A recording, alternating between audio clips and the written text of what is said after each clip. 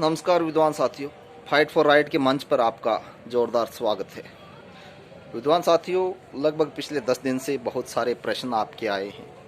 चूँकि अपने एक परंपरा रही है कि हद से ज़्यादा किसी भी प्रकार का अपना प्रयास नहीं रहता कि हद से ज़्यादा कोई वीडियो आए। ज़रूर आपके प्रश्न आ जाते हैं, बहुत इम्पोर्टेंट होते हैं, उचित समय पे यदि उसका जवाब दिया जाना चाहिए तो दिया जाता है। सबसे पहले फाइट फॉर राइट के वंचित उन साथियों को बधाई जो डेट ऑफ बर्थ की वजह से एक नाजायज़ तरीके से एसएलपी वापसी के बाद चयन होने के बावजूद उनको बाहर किया गया था। विद्वान साथियों, एक बार फ़ोन थोड़ा कम करो मेरे को, कि जिनकी डेट ऑफ बर्थ जब रीट 16 की विज्ञप्ति आई 2016 में, ये तय हुआ कि एक 17 के अकॉर्डिंग एज निर्धारित होगी। बावजूद इसके जब कोर्ट प्रोसेस में भर्ती अटकी, नए नियम बने और संशोधित विज्ञप्ति आई, उसमें बाकी सब चीज़ें संशोधित कर दी गई, लेकिन एज को लेकर के हालांकि एक संशोधित सूचना आई थी, लेकिन बड़ा हास्यास्पद मेरे को लगा कि हमारे विद्वान साथी जो इस फाइट फॉर राइट मिशन से जुड़े हुए थे, श्यामलाल जी सरावटा और सोमेंद्र जी, उनको इस आरोप में नियुक्ति से वंचित कर दिया गया कि आपकी 1/1/18 को संशोधित विज्ञप्ति की समयावधि पूर्ण होने तक आप ओवरेज हो गए थे, आपकी उम्र इसके लायक नहीं थी। और बड़ा ताज्जुब मेरे को होता है कि एक आईएएस, एक जिम्मेदार अधिकारी के द्वारा ये लिखा गया कि आप एलिजिबल नहीं हो, और जो एक संशोधित स्पष्टीकरण था कि एज पुरानी भर्ती के अनुसार ही रहेगी, जो मूल विज्ञप्ति आई थी 16 की, उसको छुपाया गया। क्या एक विद्वानों का ये विभाग इतना भी कर सकता है किसी विद्वान साथी के साथ? लेकिन हुआ। वो साथी, उन्होंने अपनी पीड़ा अपने मंच के ऊपर रखी, बड़ी मजबूती के साथ उन साथियों का प्रकरण को माननीय राजस्थान हाईकोर्ट जोधपुर में लड़ा गया। आज उनका फैसला आया। मुझे बड़ी खुशी है कि मिशन के वो साथी, उनको पूरे जो भी परिलाभ मिलने चाहिए थे, उन सभी लाभ के साथ 4 हफ्ते के अंदर नियुक्ति का आदेश हुआ। और नज़ीर के तौर पे इस भर्ती में ये फैसला काम करेगा कि जो आपकी एज है वो पुरानी जो विज्ञप्ति थी, मूल विज्ञप्ति 2016 की, यदि उस क्राइटेरिया में आप एलिजिबल थे उस समय अवधि में, तो आप संशोधित विज्ञप्ति की समय अवधि में भी एलिजिबल रहोगे। तो दोनों विद्वान साथियों को इसका फ़ायदा मिलेगा। 2 ही पीड़ित साथी हमारे इसमें वंचित रहे थे। तो बहुत बहुत बधाई उन दोनों विद्वान साथियों को कि आपकी नियुक्ति का मार्ग प्रशस्त हुआ। ये ठीक है कि एजेंसी ने आपका साथ नहीं दिया सार्थक तरीके से, जो देना चाहिए था लीगल वे में भी, लेकिन माननीय हाईकोर्ट ने सत्य को स्थापित किया, न्याय मिला आपको। इसके अलावा बहुत सारे प्रश्न आते हैं आपके कि हमने 2 फार्म भर दिए, अब क्या करें। देखो विद्वान साथियों, जो नई विज्ञप्ति आई हुई है, पहली विज्ञप्ति में भी ऐसे 2 साथी मेरे को मिले थे कि जिन्होंने पहले हायर मेरिट का फॉर्म भरा, फिर लोअर मेरिट का भर दिया। नियम ये होता है कि अंतिम फॉर्म आपका कंसिडर होगा, और उनको कोई रिलीफ नहीं मिली माननीय हमें इस निदेशालय की तरफ से भी। और जो ही कोर्ट में पहुँचे वो, तो कोर्ट ने भी यही कहा कि गलती माफ़ हो सकती है, लेकिन मूर्खता माफ़ नहीं हो सकती। तो असफल सिंगल बैच में वहाँ पे असफलता हाथ में ली। तो ऐसी कोई गलती कोई साथी ना करे। नई भर्ती के फॉर्म आए हुए, सोच समझ करके फॉर्म अप्लाई करें। फिर भी यदि कोई दिक्कत आ रही है तो संबंधित जानकार व्यक्ति से उसके बारे में पूछा जाए। बहुत सारे कंपलसरी डिग्री वालों के मैसेज आते हैं कि हमारा ऑप्शनल के तौर पे सब्जेक्ट भरने का ऑप्शन नहीं है। भाई, पहले भी बता चुका हूँ मैं आपको कि जो आपके 3 ऑप्शन खुल रहे हैं सब्जेक्ट भरने के, ऑप्शनल सब्जेक्ट, उसमें भरो आप। जो रीट में 2 लैंग्वेज रही है, इंग्लिश, हिंदी या संस्कृत, इनमें से चाहे कंपलसरी 3 साल क्यों न रही हो, उसमें आप भरो उनको। और इसके अलावा जो भी एसएसटी या साइंस मैथ का सब्जेक्ट है, आप उसको भर करके सही फार्म भरो, और किसी भी तरीके की इसमें गलती मत करो। यदि आपने एक फॉर्म गलत भर दिया है, दोबारा भी गलत भर दिया है, तो उसको गलत मत रहने दो। हालांकि अब की बार संशोधन का आया है नोटिफिकेशन कि संशोधित आप कर सकोगे, लेकिन पिछली बार ऐसा अवसर नहीं मिला था। फिर भी आप उसमें गलत सूचनाएं मत भरो। यदि सूचनाएं गलत भर दी गई हैं तो फार्म को, नए फार्म आप भर रहे हो तो उसमें सही भरो। अंतिम फॉर्म जो आपका होगा वही वैलिड रहेगा। ऐसा नहीं कि पहले आपने भर दिया और उसके बाद दोबारा आपने भर दिया और दोबारा कुछ गड़बड़ी कर दी, तो गड़बड़ी वाला फार्म ही काउंट हो जाएगा। इसलिए सही फॉर्म भरो इसमें। इसके अलावा आपके जो प्रश्न आए थे आज जो निर्णय माननीय हाईकोर्ट की डबल बेंच में आया संस्कृत विभाग को लेकर के, मैं जो ही ये एसएलपी वापसी के बाद सूची आई थी, कुछ लोगों ने भ्रमित किया था कि अंतिम पोस्ट का आदेश यहाँ से साइंस मैथ वालों के लिए जयपुर से हो गया, फलाना हो गया। मैं शुरू से कह रहा था उस सूची में एकमात्र पिटिशनर, हालांकि हमारे मंच की मार्फत वो नहीं थे और बाद में नेतागिरी में आ गई संघ महासंघ की मार्फत, और हमने वो ऑर्डर सिंगल बैच में हुआ 9 जनवरी 2020 को, और 7 जनवरी 2020 को उर्मिला जी 2 दिन पहले जीती डबल बैच में सामान्य शिक्षा विभाग रीट भर्ती 16 अंग्रेजी के मामले में वेटिंग सूची को लेकर के। उसके लिए दिन रात हमने एक किया, सुप्रीम कोर्ट तक भी गए। जो ही मामला कोरोना की वजह से कोर्ट प्रोसेस रुका तो एसएलपी तक को वापस करवाने के लिए दिन रात एक किया। लेकिन जब संघ महासंघ के नाम से इतना बड़ा अपने आप में बॉन्ड रचते हैं तो क्या उनको अपने सिंगल बैच के ऑर्डर की रक्षा नहीं करवानी चाहिए थी? जब सरकार सुप्रीम कोर्ट तक एसएलपी वापस ले सकती है बेरोजगार हित में, तो क्या संस्कृत विभाग की वो अपील वापस नहीं हो सकती थी जो डीबी में लगाई गई देर सबेर? उस प्रोसेस को छोड़ करके दूसरे मामलों में इन्वॉल्व होना, जो आदमी खुद की अपनी रक्षा नहीं कर पाएगा। कंपलसरी डिग्री पे संकट आया तो फ्रंट पे मैं लड़ा मेरे नाम से, ये कहा कि ठीक है हार मेरी जीत आपकी, लेकिन फ्रंट पे लड़ना होगा, सुप्रीम कोर्ट तक लड़ेंगे इस चुनौती के साथ। तो आज इस प्रकार के जिन्होंने एक तरीके से दाएं बाएं भ्रमित करने का काम किया है, सिंगल बैच में बड़े शानदार तरीके से जिताया।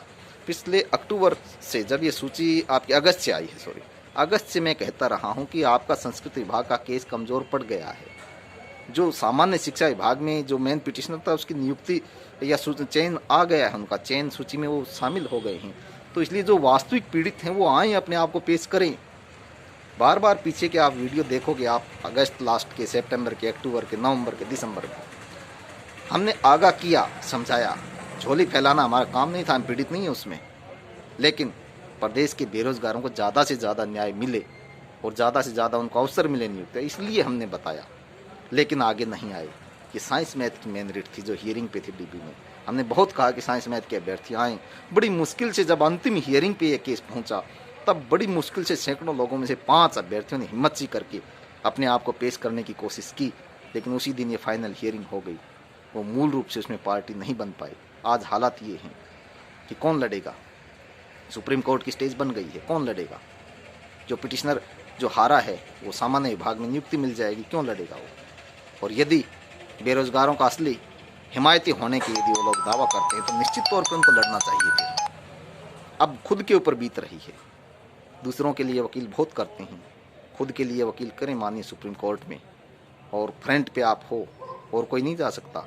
और वहाँ पे पिटिशनर नहीं थे माननीय कोर्ट में, बहुत कहने के बावजूद भी लड़ें, रास्ता दिखाएं और मजबूती के साथ पैरवी करें। सैकड़ों पोस्टें हैं इसमें, 90% पोस्टें वैकेंट हैं। हालांकि अंग्रेजी के अभ्यर्थियों को मैं धन्यवाद देता हूँ, बेचारों ने प्रयास किया, उन्होंने कुछ मानी हमारी बात को। दर्जन भर अभ्यर्थी उसमें पिटिशनर बने सिंगल बैच में, ऑर्डर हुआ उनका, उस ऑर्डर को लेकर के निदेशक महोदय संस्कृत शिक्षा विभाग के पास भी हम गए। मीडिया में भी उनका स्टेटमेंट आया कि हम बिल्कुल इसको कोशिश करेंगे कि मामला कोर्ट से विड्रॉ हो और आपको नियुक्तियां मिलें। लेकिन जो ही वो फाइल सरकार के पास गई और लीगल ओपिनियन लिया गया तो सरकारी वकील की तरफ से यही जवाब आया कि मामला अंतिम स्टेज पे है, हियरिंग तो कम से कम हो जाने दें, प्लस माइनस यस नो या पॉजिटिव नेगेटिव जो डिसीजन आया उसको तो देख लेते हैं कम से कम। और वो डिसीजन आ गया। आज बहुत दिनों से लोग मेरे पास मैसेज करते क्या रहेगा। मैंने शुरू में ही बोल दिया, जब ये हियरिंग हुई, मौखिक हियरिंग में जो नज़ारा पेश हुआ, और हम बार बार कहते रहे कि पिटिशनर बंद किया हो, वरना एक व्यक्ति के लिए, एक पिटिशनर के लिए इतना बड़ा मैकेनिज्म बार बार सूची जारी करने का जो आदेश हुआ है उसके लिए व्यापक रक्षा की जरूरत है, वरना संभव नहीं हो पाएगा ये। और मौखिक हियरिंग वाले दिन यही बात सामने आई कि एक व्यक्ति जो ऑलरेडी सूची में चयन हो गया है उसके लिए पूरा मैकेनिज्म कैसे ओपन हो, और नतीजा आपके सामने है। तो इसलिए आपको जो अंग्रेजी के अभ्यर्थियों ने प्रयास किया, आज उनकी भी ये दशा है कि सिंगल बैच तो जीत गए, लेकिन उनके खिलाफ यदि डीबी में ये अपील आ जाती तो नज़ारा और होता, संख्या भी और होती। और सुप्रीम कोर्ट के लिए हम भी बोलते कि बिल्कुल यदि आज वाला रिजल्ट आता तो यही कहते कि ज़रूर चुनौती मिली है, हम उसका सामना करेंगे। लेकिन आज ये दशा है कि उनके खिलाफ जो है ये डीबी में आएंगे, और डीबी में जब उनका ऑर्डर कॉपी होगा आज वाला, तब वो आगे बढ़ पाएंगे सुप्रीम कोर्ट के लिए, अन्यथा नहीं बढ़ पाएंगे। तो इसलिए जो लोग हारे हैं, और 2-3 पिटिशनर ऐसे भी जिन्होंने चुपचाप तरीके से फाइल टैग करवा रखी थी, शायद उदयपुर साइड से कोई है, वो दूर दराज के टीएसपी एरिया के, और पैरवी के जितना इतना बड़ा मुद्दा ये उठा, नदारत नजर आई। अब जब इतना चांसेस आपको मिला था, इतनी नज़रिया पॉजिटिव हुआ था, मेरे को ताज्जुब होता है कि ये जिसके खिलाफ ये आज ऑर्डर हुआ है, बड़े बड़े संघ महासंघ का ये दावा करते हैं, ये लोग हफ्ते 10 दिन पहले नई रीट भर्ती संस्कृत विभाग के लिए ज्ञापन देते फिर रहे थे संस्कृत निदेशालय में, संघ महासंघ वाले दोनों ही। उनको ये समझ में नहीं आया कि इसकी पुरानी भर्ती में वैकेंट पोस्ट हैं, उनके लिए ऑर्डर भी हो रखा है माननीय हाईकोर्ट की सिंगल बेंच से, उसकी पोस्टों के ऊपर सूची जारी करो। असली बेरोजगार हितैषी हो तो ये मांग करनी चाहिए थी इनको। अब नई भर्ती तो नया बजट आएगा, स्वाभाविक है, हर डिपार्टमेंट में आएंगी, सामान्य शिक्षा में भी आए, संस्कृत में भी आएंगी, बिजली डिपार्टमेंट, जितने डिपार्टमेंट में आएंगी नए बजट में, उसके लिए ज्ञापन दे रहे हो जो होने जा रहा है। भाई जो नहीं हो रहा है, रुका पड़ा है माननीय कोर्ट के आदेश के बावजूद, उसको करवाते ना, तब मानते कि आप बेरोजगार हितैषी हो। अब और चांस मिला आपको माननीय सुप्रीम कोर्ट में जाने का, लड़िए वहाँ पे और दिखाइए मार्ग, दिखाइए रास्ता सैकड़ों लोगों को। तो मुझे बड़ा इस बात के ऊपर ताज्जुब है कि इसके ऊपर संस्कृत विभाग में पीड़ित अभ्यर्थी यूनिटी नहीं बना पाए। हाँ, अंग्रेजी के जो अभ्यर्थी आए हैं सिंगल बैच में जीते, डीबी में स्वाभाविक है कि ये ऑर्डर उनके ऊपर लागू होगा, बिल्कुल यदि वो साथ रहेंगे तो सुप्रीम कोर्ट में उनकी लड़ाई लड़ी जाएगी, लेकिन उसके लिए स्टेज बाकी है, पहले डीबी में आना पड़ेगा उस ऑर्डर के खिलाफ गवर्नमेंट को, फिर उसके ऊपर ये ऑर्डर लागू होगा, समय उसमें महीना लगे, 2 महीना 4 महीने, वो आगे की भविष्य की बातें हैं। तो ये प्रश्न आप साथियों के थे, वंचित अभ्यर्थियों के लिए जो प्रयास जारी हैं सामान्य शिक्षा विभाग में, वो आप देख रहे हो। फाइट फॉर राइट रेगुलर के मंच पे निरंतर प्रयास जारी हैं। आप भी अपने प्रयास जारी रखो, अपनी पीड़ा को संबंधित जनप्रतिनिधि अपने अपने क्षेत्र के हैं उनको बताओ, मजबूती के साथ आपकी बात सरकार तक पहुँचे। सरकार निश्चित तौर पे बेरोजगार हित में काफ़ी फैसले पूर्व में लिए हैं लंबित भर्तियों को लेकर के। आप अपने स्तर पे भी प्रयास जारी रखो और फाइट फॉर राइट मंच की तरफ से भी प्रयास जारी हैं। लीगली तौर पे जो अभ्यर्थी नए जुड़े हैं उनके लिए भी प्रयास आपको बहुत जल्दी दिखाई देंगे। ऑलरेडी जो प्रकरण चल रहे हैं उसमें भी आपको स्टेज मालूम है। बहुत बहुत आभार विद्वान साथियों का, और जिनके लिए आज फाइट फॉर राइट में प्रयास करके जो वंचित साथी थे उनको सफलता मिली रीट 16 में, उनको भी बधाइयाँ।